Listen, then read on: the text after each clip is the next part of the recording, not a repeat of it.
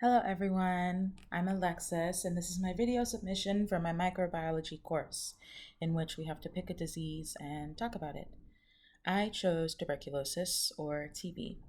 I actually chose this because my grandmother had tuberculosis as a young girl in Okinawa, which, to be fair, she nor I really knew much about TB before this. She just knows about her experience. And so, in her case, like back then, everyone thought it was because she wasn't properly honoring her ancestors. And so she actually, had to go to the temple and pray and bring offerings and do things like that because that's what they thought. That's why they thought she was sick. She was a very sickly child. And so when they did finally figure it out, they had her take not medicine because it was expensive and hard to get, um, but like foods and drinks. So like they made her drink like port or sherry wine because they thought it was medicinal and would help. I know they made her eat like beef liver because they said her iron was low and that was the best way for her to get iron at that time. And they also thought that like bitter things would help. So there's actually a traditional Okinawan dish that they had her eat quite often, which is called Goya champuru, which pretty much just is like a bitter melon stir fry, which is actually pretty good, but she said she was tired of it after a while. But now on to the actual facts of tuberculosis. Tuberculosis, I'm going to be reading, excuse me, so I don't mispronounce anything, is caused by a bacterium called Mycobacterium tuberculosis, and it usually affects the lungs, but it can affect other places like the kidneys, spine, the brain. And actually, depending on where it affects most, is where you will be getting the body aches and pains that come with it. So, of course, uh, most people have chest pains because it affects the lungs, or if it affects, your kidneys, then you'll have like back pain, like lumbar pain, and of course, with your spine as well.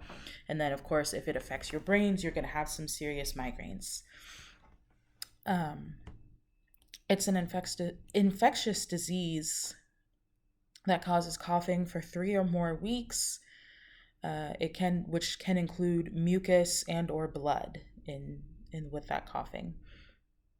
It'll give fever, chills, night sweats, appetite loss, and then of course weight loss that comes along with that.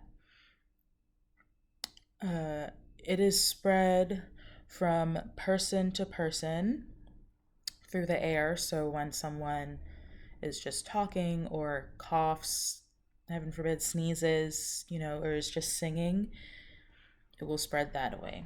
But it is important to note that tuberculosis cannot be spread through sharing food and drinks or touching an infected person's like sheets and linens, kissing. It's not spread this way.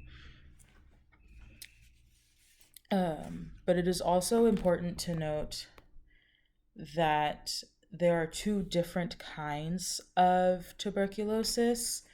There is latent tuberculosis infection, in which so that means that you are infected, but you don't really have signs and symptoms because your body is doing a good job of fighting it off. And then, of course, there is tuberculosis disease, or the active version, in which usually the person has a weak immune system, and so they're not really doing that well at fighting off the infection, which is what my grandmother had. To diagnose, there's a blood test done by injecting a small amount of tuberculin under the skin in your forearm. And it's pretty much like an allergy test, but through an injection. So then, after a few minutes, a healthcare worker is going to come in and check. And if you have like a raised red bump, that shows that there is an infection. And depending on the size of the bump, shows just how strong the infection is. So, like if it's small, you could have latent TB. If it's bigger, you probably, unfortunately, have TB disease or active TB, and it's a bit more serious and something that needs to be talked about with your healthcare providers. Now, to treat active TB, there are several drugs or medications that will be prescribed. The most common are, isoniazid, rifampin, ethambutol, and pyrazinamide. I hope I said those right. Treatment usually lasts at least 6 to 9 months, and you need to make sure that you don't skip or miss any days that will allow the bacteria that are still alive to become drug resistant, because then you can get drug resistant TB, which of course takes longer and is more of a pain. So that's really it that I have. I hope that wasn't too crazy.